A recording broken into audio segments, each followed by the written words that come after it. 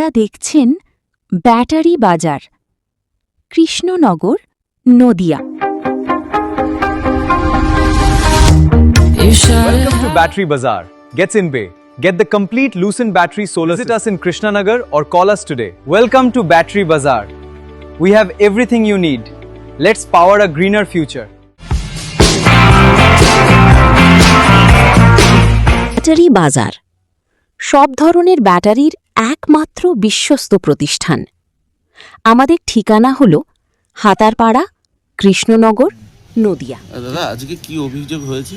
আজকে যেটা হচ্ছে প্রাতিষ্ঠানিক দুর্নীতির যে আজকে একটা নতুন চাদর উন্মোচন হতে চলেছে, যেটা দীর্ঘদিন ধরে অর্থাৎ তৃণমূল সরকার 2011 সালে ক্ষমতায় আসার পর তাদের যে দুর্নীতির যে প্রথম সূত্রপাত শুরু করেছিল এবং 2016 সালে তৃণমূল সরকার পুনঃপ্রতিষ্ঠিত হওয়ার পর সেটার যে মাত্রা 2026 সালে কতটা পরিমাণে জায়গায় গিয়েছে তারই এক নতুন দিক আমাদের সামনে আজকে বিশেষভাবে উন্মোচিত হলো।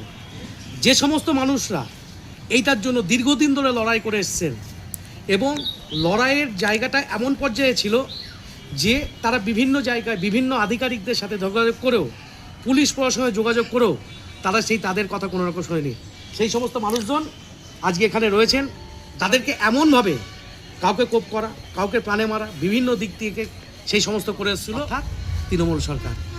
তাই আজকে যে মামলাটি হলো, আমরা উল্লেখ করি আমাদের মামলাটি করেছেন অর্থাৎ 4 জনের হয়ে মামলা করেছেন অশোক সরকার, তারপর হচ্ছে রঞ্জিত বিশ্বাস, নেতাই ছাত্র, সঞ্জয় দাসের হয়ে মামলা করেছেন পরাশর মণ্ডল, বাড়ি হচ্ছে জগদানন্দপুর, মাঠপাড়া, নাকাশিপাড়া। অভিযোগটা কি, সরকারি ভেস্টল্যান্ড, সরকারি খাস জমি,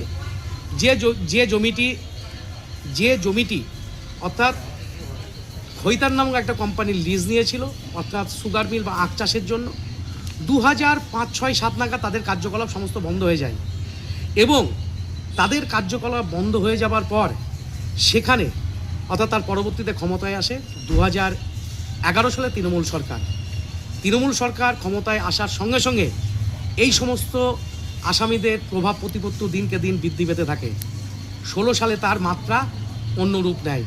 কি তাদের এই অভিযোগটা কি গুরুতর অভিযোগ এবং আমাদের গাছপালা, প্রাকৃতিক ভারসাম্য, বাস্তুতন্ত্র যার মাধ্যমে রক্ষিত হয় সেটাকেও বিঘ্নিত করার চেষ্টা, তারই প্রতিফলন। অর্থাৎ আমরা উল্লেখ করি বেথুয়াডহরি অর্থাৎ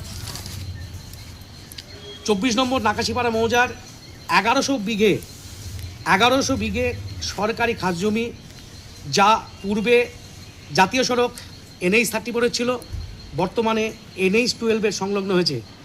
এই 1100 বিঘা জমিকে অর্থাৎ দখল করে তারা দিনের পর দিন নৈরাজ্য চালিয়েছে। তার মধ্যে 450 বিঘে সম্পত্তি বা জমি রয়েছে, তাতে 30 ফুট ডিপ গভীর খনন করে সেই মাটি অর্থাৎ ACW থেকে শুরু করে অন্যত্র কালোবাজারি করে সে বিক্রি করা হয়েছে। আর কি অভিযোগ, সেখানে অর্থাৎ সেগুন, মেহগনি থেকে শুরু করে বিভিন্ন গাছ যা প্রাকৃতিক ভারসাম্য রক্ষাকারী বা প্রাকৃতিক ভারসাম্যই গুরুত্বপূর্ণ ভূমিকা পালন করে, সেই সমস্ত গাছ নির্বিচারে কেটে ফেলে সেটা পাচার করা হয়েছে। এছাড়া আরও বিশেষ আদিবাসী সম্প্রদায়ের মহিলা যারা অনুন্নত শ্রেণীর, তাদেরকে প্রতি রাতের ওই সমস্ত আসামিগণের ভোগের শিকার বস্তুতে পরিণত হয়েছে। এক্ষেত্রে উল্লেখযোগ্য আসামিগণ হচ্ছেন, নাম বলছি আমরা দেখতে পাবেন, শাহজাহান শেখ, চাঁদু শেখ, হাফিজুল শেখ, হাসমত শেখ, শহীদুল শেখ, গজলু শেখ, বিদ্যুৎ সরকার, সমীর প্রামাণিক, কিয়ামত শেখ, আরমান শেখ। আর সর্বোপরি যে নামটা, যার মদতে, যার নির্দেশে এই সমস্ত কার্যকলাপ পরিচালিত হয়েছে, যাকে বললে সমস্ত কিছু বলা হতো, এই যে সমস্ত চোরাকারবারি কার্যকলাপের টাকা লাভ্যাংশ তাদের সেই জায়গায় পাঠানো হতো। কোথায়? সেই নাম অর্থাৎ সাংসদ অভিষেক বন্দ্যোপাধ্যায়, যিনি এই সমস্ত তার মদতে এই সমস্ত কার্যকলাপ পরিচালিত হয়েছে। তাই আমার এই সমস্ত মানুষজন, আপামর নাকাশিপাড়াবাসীর সাধারণ মানুষ, আদিবাসী মানুষের পক্ষে আমার একটাই আর্তি, আমি মাননীয় আমাদের মুখ্যমন্ত্রী শুভেন্দু অধিকারী মহাশয়ের এই বিষয়টা দৃষ্টি আকর্ষণ করতে চাই। যে সমস্ত মানুষজন তারা কথা বলতে পারছে না, সাহস করে আসতে পারছে না প্রাণ ভয়ে, তারা যেন সেটা প্রাণ খুলে কথা বলতে পারে, তারা যেন ন্যায্য বিচারটা সেখানে যেন পায়, এবং তারা যে দিনের পর দিন ধর্ষণের শিকার সেটা মুখ খুলতে না পারা, তারা যেন সে সবার সামনে উন্মোচিত হোক। এই সমস্ত দোষীদের যাতে দৃষ্টান্তমূলক শাস্তি হয় তার যেন ব্যবস্থা করা হোক। আনুমানিক কত টাকা?